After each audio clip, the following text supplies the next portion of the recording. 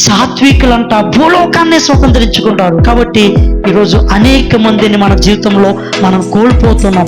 మన కుటుంబాల్లో, మన యొక్క ఉద్యోగాలను అన్నిటిని కోల్పోవడానికి కారణం ఏంటంటే మనకు సాత్వికమైనటువంటి నాలుక, సాత్వికమైనటువంటి ప్రవర్తన మనకు లేదు.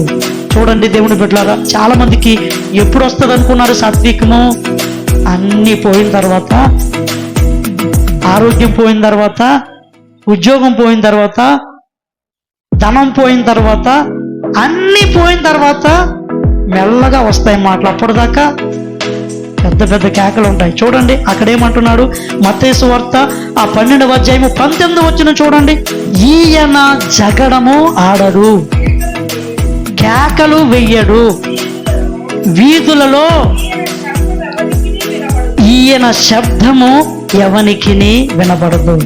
చూసారండి దేవుని బిడ్డలారా, ఇక్కడ దేవుడు ఏమంటున్నాడంటే ఈయన ఎప్పుడు కూడా సాత్వికముతోనే మాట్లాడుతాడు. ఆయన పెద్ద పెద్ద కేకలేసి ఎప్పుడు ఏమీ చెప్పడు. కానీ ఈ ప్రపంచాన్ని గెలుచుకున్నవాడు, ఈరోజు రక్షకుడైపోయాడు యేసు ప్రభు. ఏం చేశాడు ఆయన? ఎవరిని కొట్టాడు?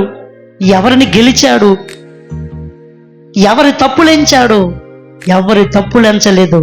అందరినీ ప్రేమించాడు, అందరినీ బలపరిచాడు, అందరి కోసం మరణించాడు. ఇప్పుడు ఆయన రక్షకుడైపోయాడు, ఆయన దేవుడైపోయాడు.